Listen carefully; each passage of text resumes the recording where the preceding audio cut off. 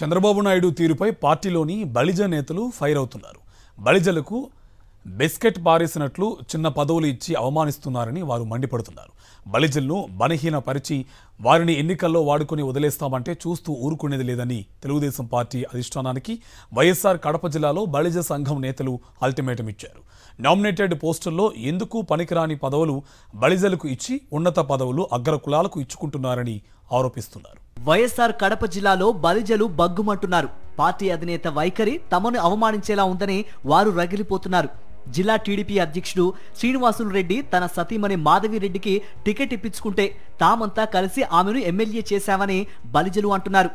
ఎన్నికల అవసరాలు తీరిపోయాక బలిజలు అక్కర్లేకుండా పోయారని వారు ఆరోపిస్తున్నారు.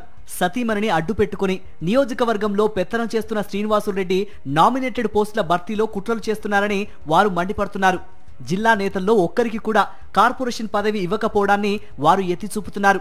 పార్టీ జిల్లా ప్రధాన కార్యదర్శి బాలిశెట్టి హరిప్రసాద్ కు వేర్ హౌస్ కార్పొరేషన్ లో ఎలాంటి ప్రాధాన్యత లేని డైరెక్టర్ పదవిని ఇచ్చారు చంద్రబాబు. దీంతో ఒళ్ళు మండిన హరిప్రసాద్ ఈ పదవి తనకు అక్కర్లేదని దాన్ని మీరే ఉంచుకోండని తెగేసి చెప్పారు. ఎన్నికల్లో పార్టీ కోసం కష్టపడేది బలిజలైతే పదవుల దగ్గరకు వచ్చేసరికి అవమానిస్తారా అని వారు నిలదీస్తున్నారు. ఏ పదవి ఇవ్వకపోయినా పర్వాలేదు, కానీ చిన్న పదవిని ఇవ్వడం బలిజలను అవమానించడమే అంటున్నారు వారు. రాష్ట్రంలో నామినేటెడ్ పదవులలో ఇస్తూ బాలిశెట్టి హరిప్రసాద్ గారికి ఒక చిన్న పదవి, ఒక కార్పొరేషన్లో డైరెక్టర్ పదవి ఇవ్వడం బలిజలందరూ చాలా బాధపడుతున్నారు, నొచ్చుకుంటున్నారు. మాకు పదవి ఇకపోయినా బాధ లేదు, కానీ అంత చిన్న పదవి ఇచ్చి మమ్మల్ని దిగజార్చి చిన్న చూపు చూస్తున్నారని బలిజలకు అందరికీ చాలా బాధగా, ఆవేదనగా ఉంది. కొన్నేళ్లుగా అసలు బలిజలకు గుర్తింపే లేకుండా పోయిందని బలిజ సంఘం నిప్పులు చెరుగుతోంది. 2024 నుంచి బలిజలకు రాయలసీమలో కానీ కడప జిల్లాలో, ఉమ్మడి కడప జిల్లాలో కానీ టిక్కెట్లు ఇవ్వడంలో కానీ పార్టీ పదవుల్లో కానీ ప్రభుత్వ పదవుల్లో కానీ ఎటువంటి గుర్తింపు లేకుండా అది ఎందుకు జరుగుతుందో ఏమో, ఎవరి వాళ్ళ దృష్టికి ఎట్లా ఏ విధంగా ఏ కోణంలో తీసుకుపోతున్నారో మాకు తెలియదు.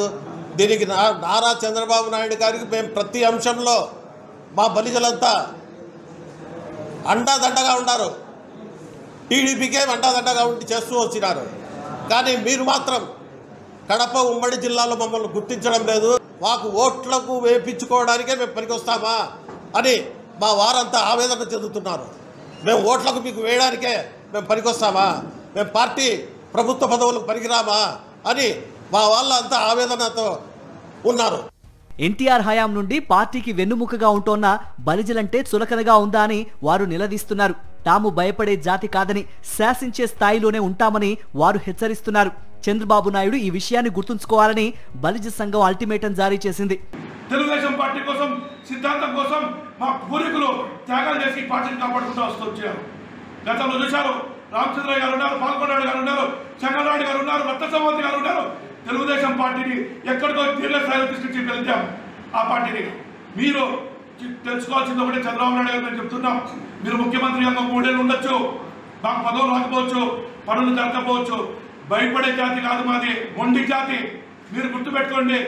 బలిజలను బలహీనపరిచి అగ్రకులాలను అందలాలకెక్కించాలని చూస్తున్నారని వారు దుయ్యబడుతున్నారు. ఇటువంటి క్షుద్ర రాజకీయాలను తిప్పికొట్టగల సత్తా బలిజలకు ఉందని వారు హెచ్చరిస్తున్నారు.